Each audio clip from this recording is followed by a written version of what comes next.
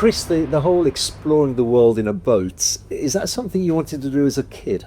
Well, I come from a seafaring family, and my father was always on about the adventures that could be had. Now, I was offered a cadetship when I was 16, so that was my escape from a town in Wales, and I ran off to sea, basically. So more pushed by your father, or because you had the ocean was drawing you to it?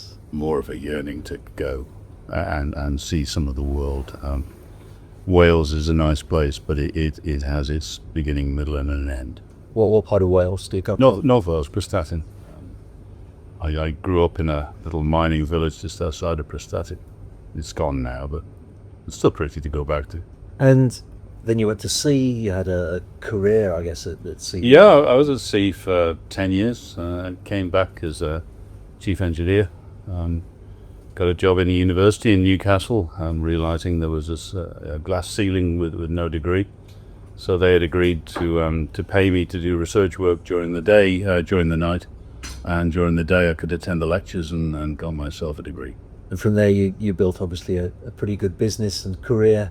Well, yeah, I had a wife and family, and our ends didn't meet very well, so I started Sidelines, and Sidelines became my main business. I've basically been unemployable for the last 45 years now. But what amazes me is that when you found yourself in a position that you could afford to buy a really nice boat, I mean a yacht actually, the time that you spent at sea in your earlier days hadn't quenched your thirst. You obviously still wanted to try it again. I did. Well, there's still some life left in me, and I wanted to be able to take my kids with me and show them some of the life that I'd indeed seen, and go to some of the places that you can't really get to. Behind me in the backdrop, you can see one pretty good example of that. Yeah, and it must be a great satisfaction to be taking your son Reese to these places and showing them to you. Yeah, a lot of my friends have empty nest syndrome going on. I was lucky enough to have some extra kids later in life, and it's nice to take them. Now, one of the reasons I wanted to do this interview is that on my YouTube channel, a lot of viewers have maybe a romantic notion and a dream of sailing around the world in a boat. But the reality is a lot of preparation goes into it. So can you explain for the viewers the kind of practical steps you had to take to make this happen? Yes, we had to solidify our thoughts to start with, where we were going to go and why, and then how we were going to get there. And then my family had to learn what a boat was and where the pointy end was, and how to use that. I needed to improve my own qualifications. I'd called myself a sailor for years, whereas in fact I was a ship's engineer, which is not quite the same thing, as I've found out. And then you look to get yourself on the water and realize that you want something bigger or different or more capable, and inch by inch you work your way towards something that does suit your needs. And I would recommend you start that sooner rather than later, because you tend to run out of life quite quick. Now, you and I met for the first time in Turkey, where Vanguard was built. Yes. What were your main concerns? Because I know that you had a very hands-on approach to the construction of Vanguard. What were your main concerns that you wanted to ensure happens during the construction? Well, the construction was taking place in a yard 7,000 miles from where I lived, and the elements of control over what was going on, and was it financially viable to do that? Was it legally safe to do that, because it's not a cheap exercise? And time, how long is it going to take? And then we got smacked with COVID right in the middle of it, which was rather awkward, but I'm sure other people experienced that as well. And then when she was finished, she finished to a standard that was seaworthy enough to do what we wanted to do with her? And that was a little travail, but we got there, and we've done, by the time I get back to Fort Lauderdale, about 10,000 miles in our own keel now. So yeah, we're doing all right. Yeah. Give me some details of some of the things that made you feel sure that she would be seaworthy and robust enough to take on the challenge. Yeah, sailing across a mill pond, anyone can do that. And I learnt in my 10 years at sea, and you see 80-foot waves in the western approaches, and there is no help. It's quite scary. And then you add You can be fairly blasé with your own life. You add the fact you got your family on board, and you want it as good as you can get. There's never perfect in life. And I tell my kids that adventures are seldom fun when you're actually having them, but in hindsight, they're a royal telling, you know? Does that answer your question, or have I gone off? That absolutely. No, that's great. And of course, the early part of your ownership of the yachts, you were in the Med, which is generally fairly mill pondish in many places, I think. It can be. It has its moments. There are, I don't know which winds they are now, that come down off France, off the Alps. Yep. And they absolutely blast through around the Balearics and Sardinia. The yacht that capsized was caught out in one of those. Yeah. So you do have your moments in the Med, and then you have your absolutely balmy moments as well. But we did some interesting ones. We anchored underneath a lighthouse, which I was not too happy about, to be honest. You anchored underneath a lighthouse? Yeah, we could see the lighthouse above us. That was off Greece, and then. Was you usually there to say, keep away, keep away? Yeah, but the wind was fortunately in the right direction for us, and it was a good anchorage, so we stuck our hook down there. And we had some mechanical problems, but that was just teething troubles getting across as part of the big picture. And then we ended up in Palma de Mallorca and stayed there for about 4 months. You can get good labour there, and improved what we felt we needed to improve to face some bigger challenges. Yeah. I've often said on the YouTube channel, the best time to buy a yacht is not when it's brand new, but when it's been used for a year or 2 years. All the teething problems are not right of it. Would you agree with that? I would thoroughly advise someone to do that. If you're in your 30s or 40s, you have time to build and create and get exactly what you want. If you're later in life, and I am, there's an immediacy, and you can benefit greatly from adopting the lessons other people have learned, I think, and having a more proven approach to it. Yeah. So you took the yacht from Turkey through Greece, you ended up in Mallorca. I was wondering, actually, because we'd already met, I was wondering whether you'd take the yacht across on its own bottom. Did you decide to do that? We thought about it. We did think about it, and I took the coward's way out and put her on a freighter. I was rather glad I did, to be honest.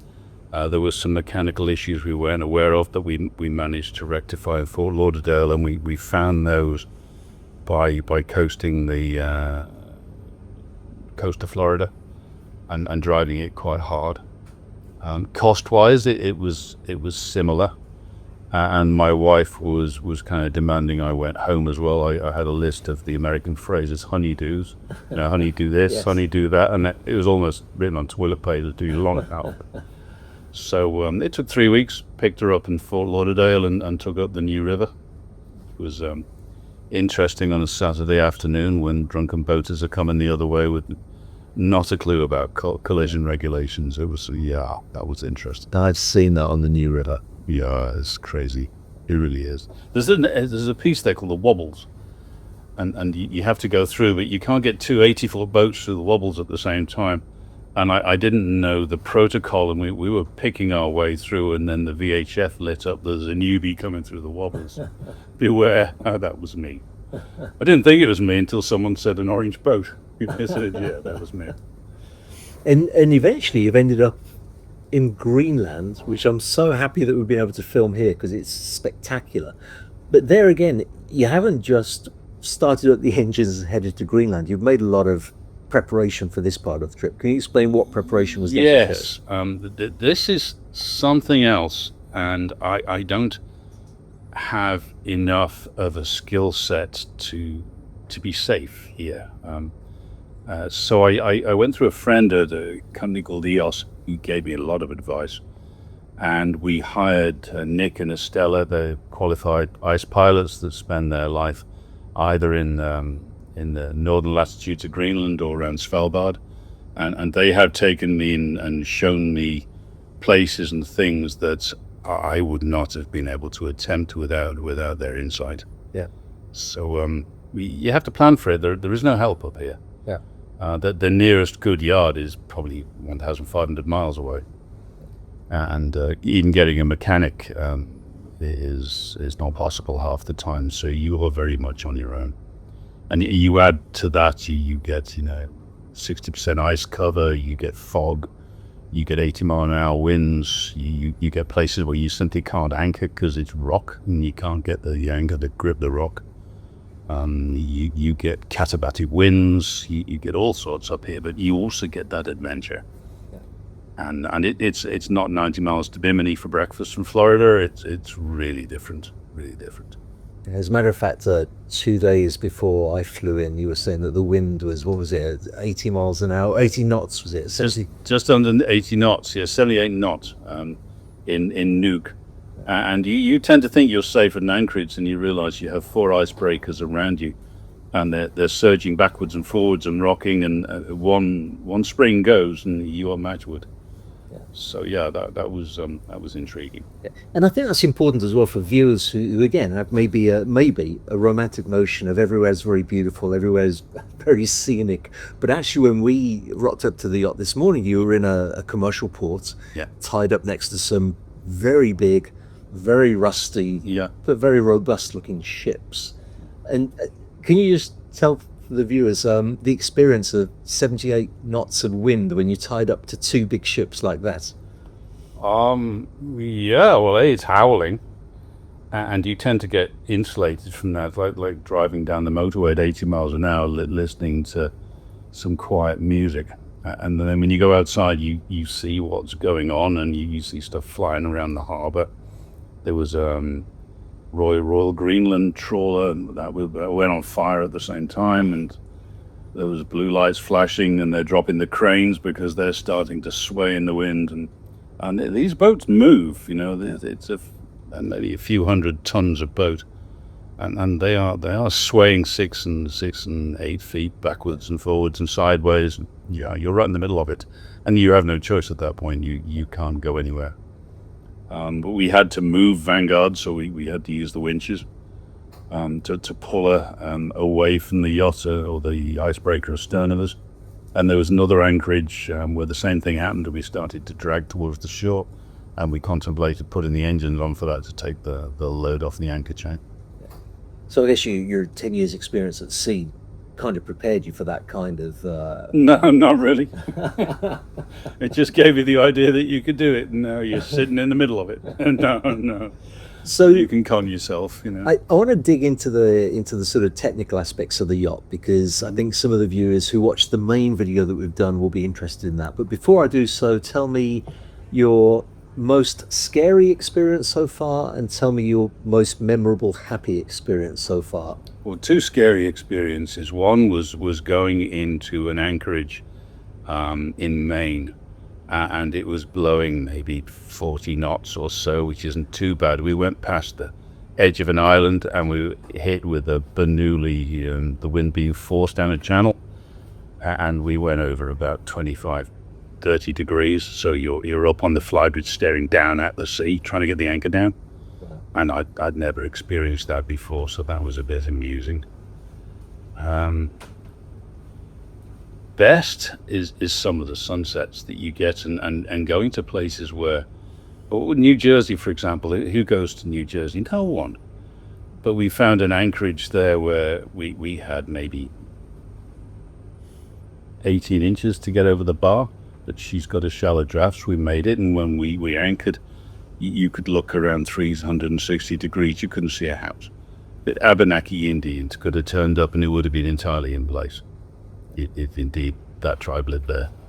Not quite sure.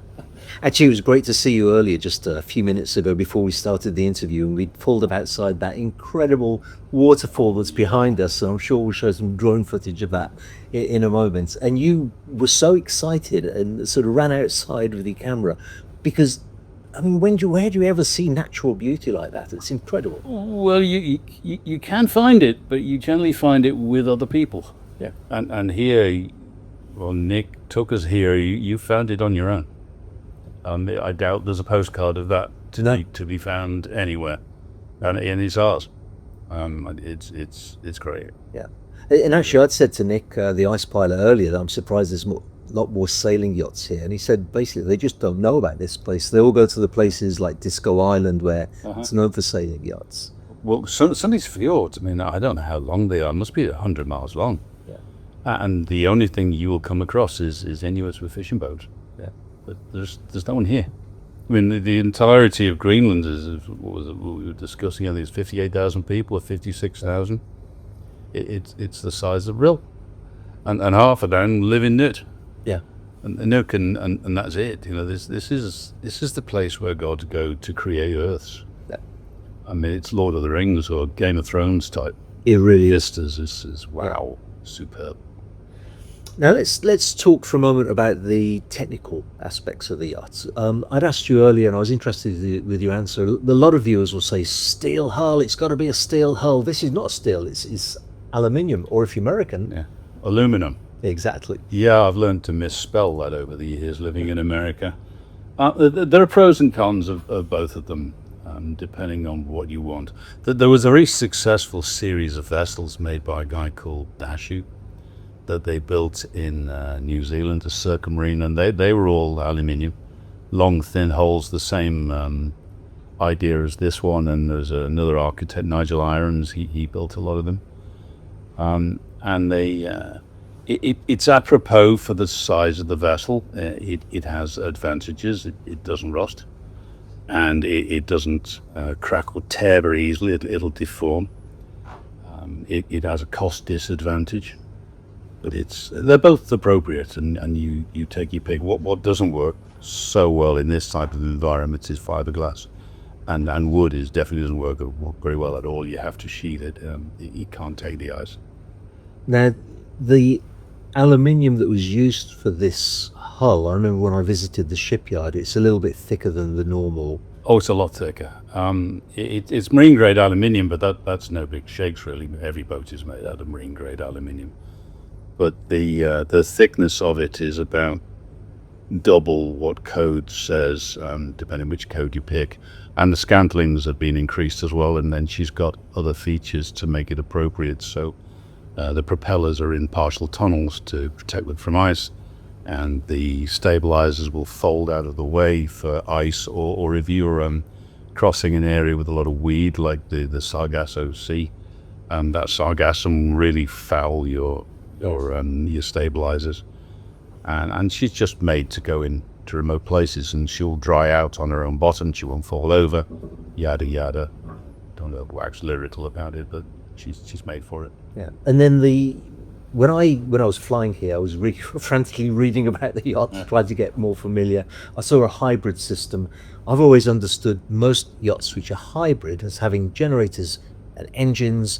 You can use the generators as engines, the engines as generators, and it's that kind of a system on a lot of modern hybrid yachts. Not the case with this, though, at all.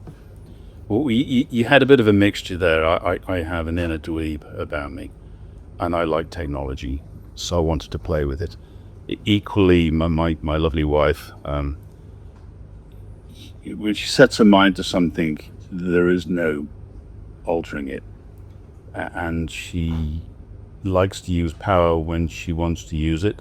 So the HVAC is on, and hair dryers are working, and dishwashers working, and cookers are working, and that really doesn't work on a traditional boat. You will not be able to do it.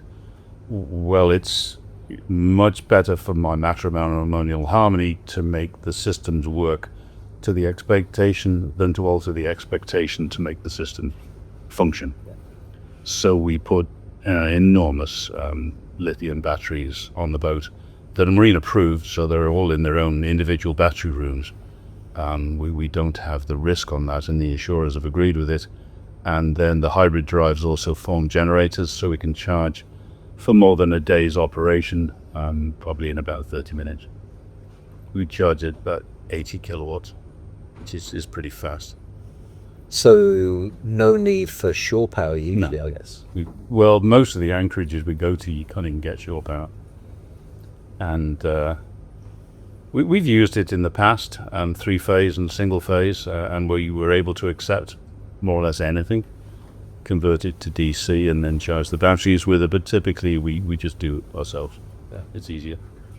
And you also gave me some great information, which I've used in the video about Praxis, who are not only working with yachts, but you were telling me that they're Oh yeah, a lot of the big in the equipment commercial. we have on board is commercial grade. That's what I'm comfortable with.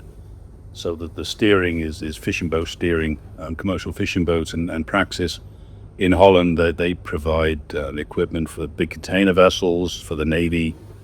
It's not the typical equipment that you'll find on a yacht. It's heavier, and that comes with drawbacks. It's a bit more expensive, but it comes with a plus as well. It is also a bit more reliable. I've got a couple of other questions for you. Yeah, go Last night at dinner, you said to me, what kind of profile of person do you think is going to buy the yacht? And I gave you a very diplomatic answer about you can't second guess. You never know who's going to buy the yacht. But let me put it back to you. What sort of person do you believe will buy this yacht next?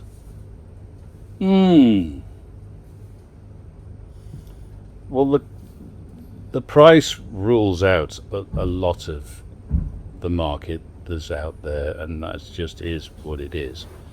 And you would probably find someone who's in their 50s and above who wants the adventure and the reliability and the surety that comes with getting a yacht that's made for a specific purpose, and that is to do what she's doing now. Someone who wants to go cruising from harbour to harbour in Italy doesn't really need a boat like this. Someone that wants to go and face all the elements will throw at it and go to remote areas and see the things such as out of the window there that you make real memories from every vista you see, then that is a target for this type of a boat. I thought Nick made an interesting comment, which I disagreed with at the time, but I've since reflected on and now agree with you, Nick, that a lot of people, as they've been using sailboats all of their lives, so it gets to a certain point where they don't want a sailing yacht anymore. They want a motor yacht. And traditionally, I mean, we filmed the other day a beautiful Oyster 885, which has sailed all over the place. Do you see that as a potential buyer? Somebody who's now tired with the sailing side, they want a little bit more comfort, a little bit more speed. Someone that's had a large sailing boat would understand how this handles, so there would be familiarity there, and the speed that she runs at is typically similar. Sailing can be more demanding, and you're running around and bending and pulling and yanking on things, so you've probably got an age limit of 70 odd, and then you're going to have to change or downsize. So as an easy change from sailing to a motorboat, this would be far easier to get your head around than a semi-planing hull or your typical trawler yacht. She's also got a very comfortable motion at sea because of the way that she's been built. She doesn't slam. Gets a little wet, but yachtsmen expect to get wet. Yeah. You don't physically get wet on here because of the way that she's built, but the bow will get wet, but no slamming and no slowing down. Yeah.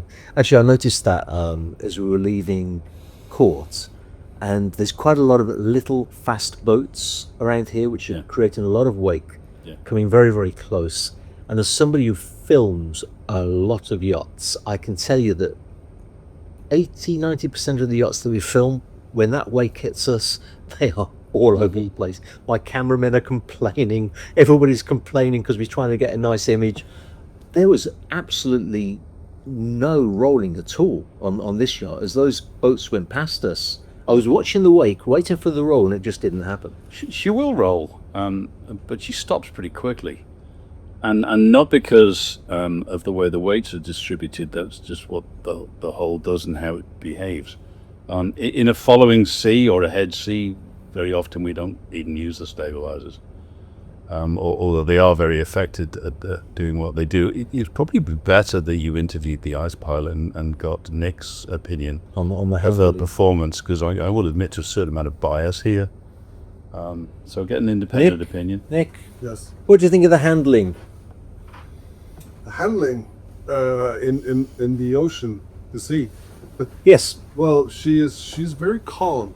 She acts more like a much larger, I would say almost like a 50-meter vessel, because of the lack of buoyancy in the bow, and that she cuts through the waves, and the lift on the hull comes much later. It acts like a damper on the whole ship. She does get a little wet on the front end of the ship because she does dig into the waves, but it also acts like a damper of the boat. So she moves very, very comfortably. And for me, who's been sleeping in the bow of the boat in the forward cabin, I'm not going to complain one bit. She's really, really, really stable and slow motion moving, so she feels like a much larger ship. So living in the bow, it feels like there's 10 meters of ship in front of you. So you have more of a feeling that you're more centered in the boat, even though you live up there. So, quite a good construction, really, when it comes to that motion in the waves. Thanks very much. Last question that I know everybody's going to ask. You'll let me go then, are you? I will let you go then. Why are you selling her? You took delivery last year, I think. Yeah, I did. I did. Time waits for no one, and she was late into my retirement, 2 years later than predicted. And my family grew up. My wife got buried in her business, and she's too big and too much for me to just spend my time on her on my own. Having said that, we brought her up the coast, just two of us, a Ukrainian guy and myself, so she can be short-handed really easily. But that wasn't the idea. The idea was to go sailing with the family, and well, time got me. Thank you, Mr. COVID.